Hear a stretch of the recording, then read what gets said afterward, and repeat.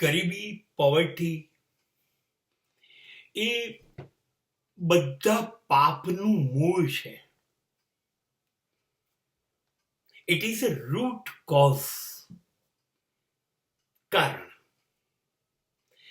કારણ કે જે ગરીબી છે એમાં જિંદગીની પાયાની જરૂરિયાત નથી.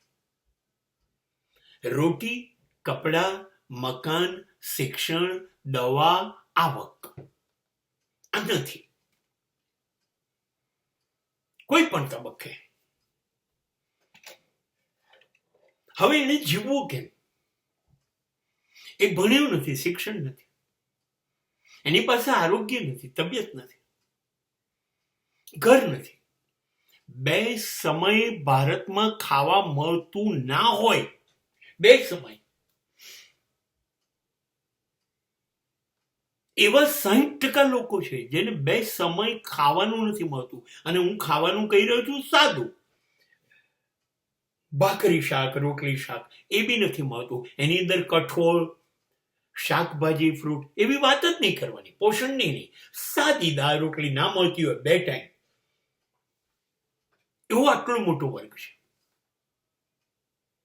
અને આ તો 2 ટાઈમની મેં વાત કરી, નથી મળતું. એવો પણ વર્ગ છે જેને 1 ટાઈમ ખાવા નથી મળતું. મને સરકાર સામે કોઈ વાંધો નથી,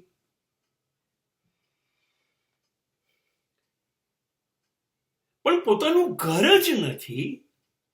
કોઈ ફૂટપાથ પર રહે છે, કોઈ પોલ નીચે રહે છે, કોઈ ખૂણામાં રહે છે ઝૂંપડી બાંધીને. આ માણસ ઉપર શિયાળો, ઉનાળો, ચોમાસું શું અસર કરશે? આ દેશમાં 40-50 ગરમી ઉનાળામાં પડે, વરસાદ ગમે ત્યારે ગમે તેટલો પડે, ઠંડી માઇનસ સુધી પહોંચી જાય. આ માણસ ટકશે કેવી રીતે? અને ચલો માની લો એ ટકી ગયો, તો પત્નીનું શું, મા બાપનું શું, નાના બાળકોનું શું? આ લોકો કેવી રીતે ટકશે? નથી ખાવા મળતું, નથી ઘર મળતું, નથી પીવાનું ચોખ્ખું પાણી મળતું, નથી સંડાસ, નથી બાથરૂમ, અને આવક તો છે નહીં. આ સંજોગોમાં નોકરી મળવાની નથી કેમ કે ભણ્યો નથી. તો આ સંજોગોમાં કરશે શું? હવે ચોરી કરશે, એ લૂંટ કરશે, ક્યાંથી મફતમાં લઈ આવાય એવું છે એવું કરશે.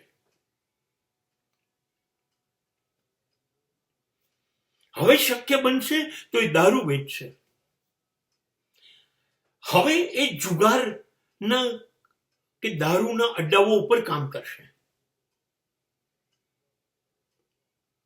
ચોરી, લૂંટ, દારૂ, જુગાર આ લોકો તો કરશે જ. પણ હવે એ લોકો એટલા બધા અકળામણમાં આવી ગયા છે કે એ લોકો કોઈને મારી પણ નાખશે, ખૂન પણ કરશે.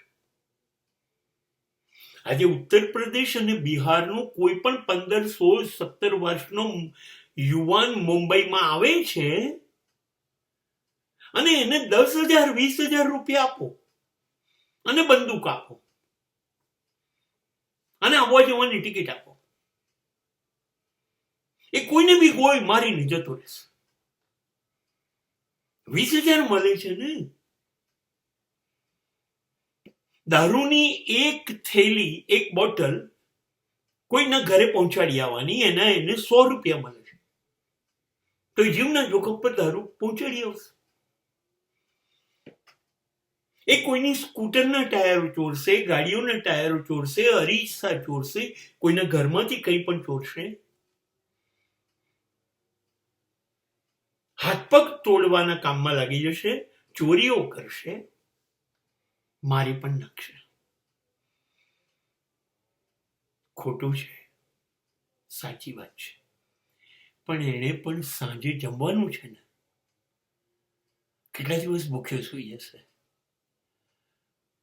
કેટલા દિવસ ઠંડી, ગરમી, વરસાદ સહન કરશે?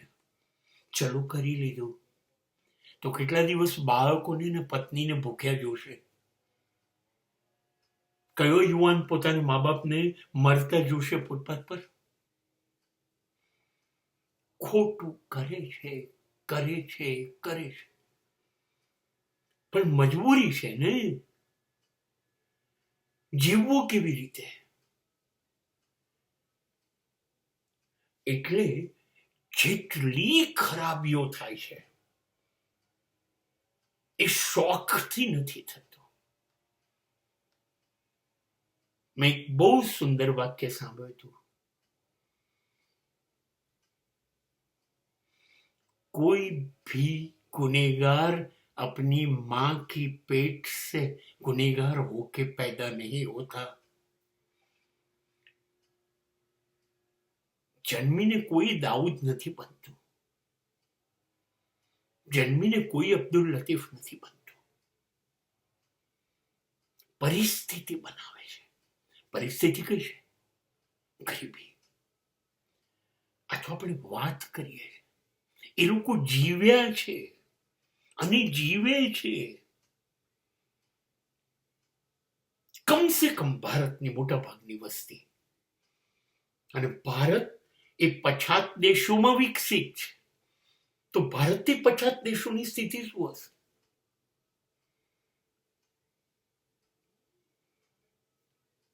માટે એકચ્યુઅલી આ ગુનેગાર નથી. આ લોકો પરિસ્થિતિ એને ગુનેગાર બનાયા છે. એટલે જેટલી ખરાબીઓ થાય છે એનું કારણ ગરીબી છે. જો એના માટેનું કંઈ આયોજન થાય તો સમાજમાં બધાને સજ્જન બનવું ગમે છે.